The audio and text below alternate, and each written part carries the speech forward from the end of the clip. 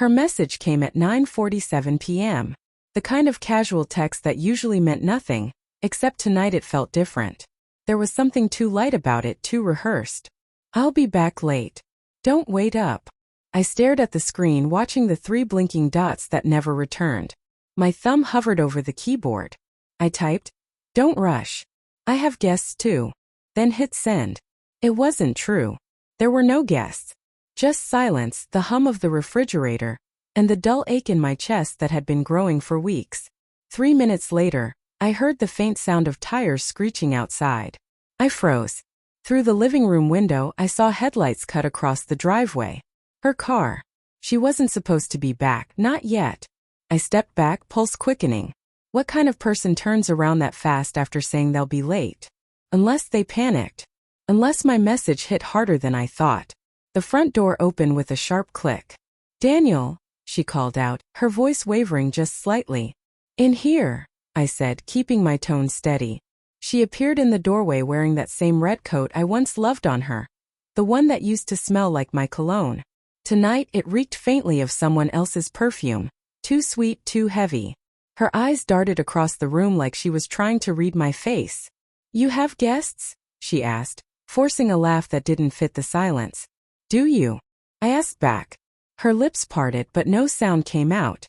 I caught the flash of guilt before she masked it with irritation.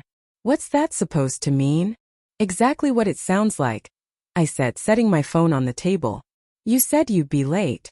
Then I told you not to rush, and suddenly you're home 3 minutes later. Either you forgot your conscience somewhere, or someone else's hand was on it." She flinched. "That's not fair." "Fair." I stepped closer, lowering my voice. "Fair would be honesty. Fair would be not lying about extra shifts or coming home smelling like a stranger's skin." Her eyes glistened, and for a second I saw something crack. Guilt, fear, or maybe the ghost of the woman I fell in love with. "Daniel, she started, but I interrupted. "Just tell me. Was it him?" She blinked, startled. "Your coworker. Adam. The one you suddenly started mentioning every other sentence." Her silence was confirmation enough.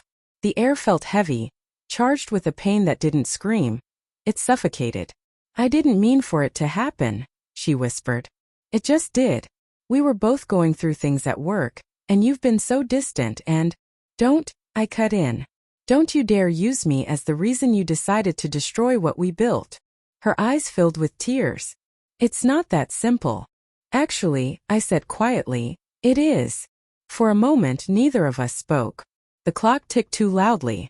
Somewhere outside a dog barked. It was absurd how normal the world felt while mine was crumbling.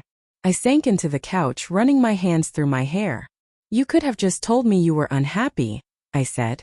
"We could have worked on it. Or ended it clean. But you had to let me believe." She sat across from me, trembling. "I didn't want to lose you." I laughed bitterly. "You lost me the second you touched him." The words hung between us, final and cold. She wiped her face with trembling fingers.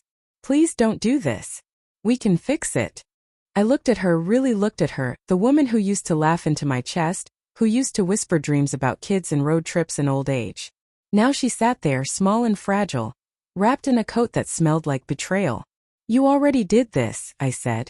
"I'm just cleaning up after it." She stared at me, unblinking. "You're really going to throw everything away? Over one mistake?" "One mistake." My voice rose despite my efforts. "You didn't trip and fall into his arms, Mia. You made a choice. Again and again. Every lie, every late night. Every time you deleted his name from your phone, that wasn't a mistake. That was a decision." Her tears fell freely now. "I'm sorry." "Me too," I said, standing up. "Because I meant it when I said I had guests." Her brows furrowed. "What?" The doorbell rang. Her eyes darted toward the door, confusion twisting into panic. Who's that? Why don't you open it and see?" She hesitated, then slowly walked to the door. When she opened it, her breath caught. Adam stood there, pale and speechless. I had texted him from her phone while she was driving over. "Come by. Daniel's gone. I need to see you." The color drained from both their faces as realization set in. I leaned against the doorway, heart pounding. "Now it's fair," I said softly. "Now we're all here." Neither spoke. They just stood frozen, caught between fear and shame. I thought, I continued, you both might want to tell me the truth together. No secrets, no excuses. Just honesty for once. Mia's voice trembled. Daniel, please. Save it. You want it real? Here it is. I walked past them, grabbing my jacket from the hanger. I already packed my things. I'll have the movers get the rest tomorrow. Mia reached for my arm, but I stepped back. You don't get to touch me, I said quietly. Not anymore. Her tears broke into sobs. Don't do this, please. I paused at the door, looking at them one last time.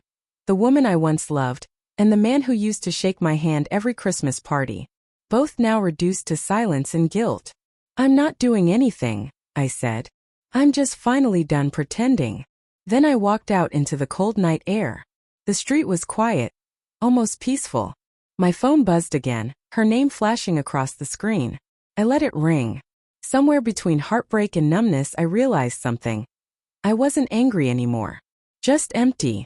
And maybe that emptiness was the first step toward peace. As I reached the corner, I looked back once. Through the window, I could see them standing there. Two people who had traded love for lies, staring at the wreckage they created. I turned away and kept walking. For the first time in months, I didn't look back.